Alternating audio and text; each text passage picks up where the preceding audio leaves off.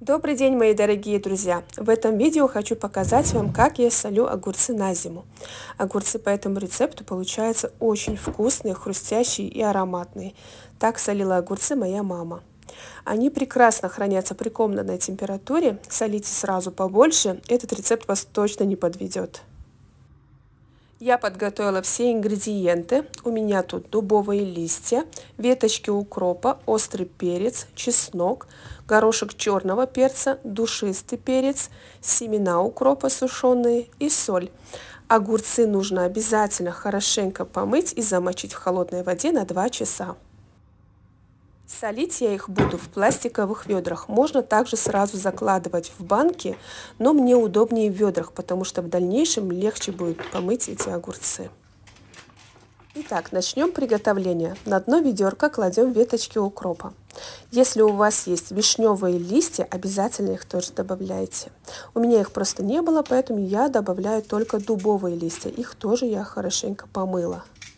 Еще я люблю добавлять побольше чеснока, потому что он тоже у нас съедается, он очень вкусный, хрустящий получается, поэтому я его добавляю побольше. Также я всыпала семена укропа, сама не знаю зачем, вроде бы у меня были зонтики укропа, ну ладно. В общем, добавила их тоже и взяла несколько горошин черного и душистого перца. Еще я добавляю для остринки острый перец, я его нарезала. По желанию, конечно, вы можете не добавлять, если вы не любите, чтобы огурчики были острые. Теперь кладем огурцы ровно до середины ведра. И в середине мы снова добавляем зонтики укропа, дубовые листья и чеснок.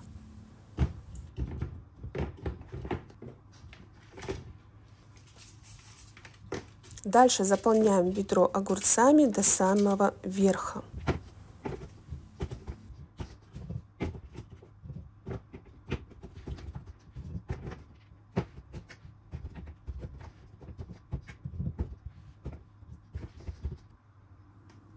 И теперь готовим рассол. В общем, на 5 литров холодной, чистой питьевой воды я добавила 500 грамм соли. Да-да, это такой рецепт, поэтому берем 500 грамм соли.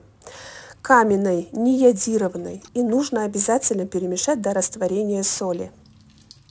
И затем этим рассолом заливаем огурцы до самого верха.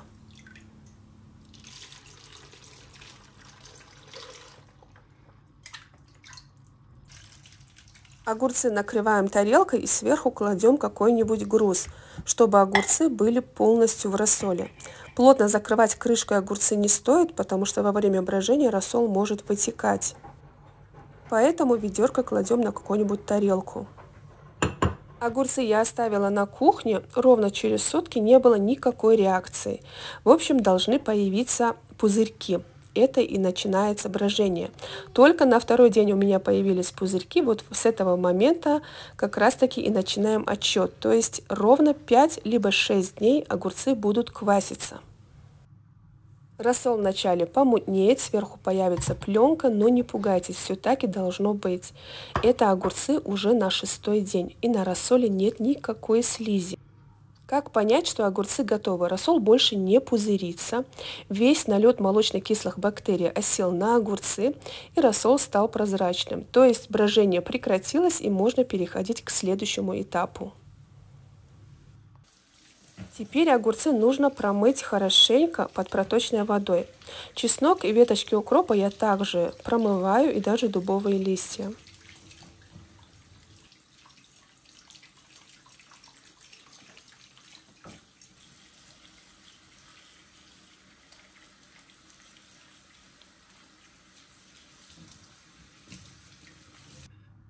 Берем чистые банки, стерилизовать их абсолютно не нужно. Кладем также снова зонтики укропа, дубовые листья, чеснок и закладываем полностью огурцы в эти банки.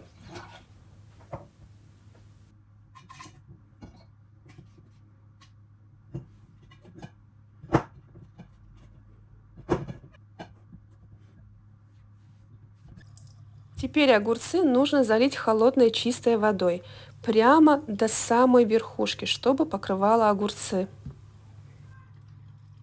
И плотно закрываем крышками. Можно сказать, что огурцы готовы, но им нужно постоять несколько дней в этой пресной воде, чтобы лишняя соль с огурцов вышла. Поверьте, это самый вкусный рецепт огурцов. Обязательно попробуйте и жду ваши отзывы под этим видео. Как я вам уже говорила, эти огурцы спокойно хранятся в любом месте, будь то балкон, погреб, либо комната. Так что готовьте обязательно. Смотрите, какой рассол прозрачный через 1,5 месяца. Он абсолютно не помутнел. Посмотрите, какие огурцы. Они у меня плотные, не пустые, хрустящие. Просто послушайте. Обязательно готовьте, они очень вкусные.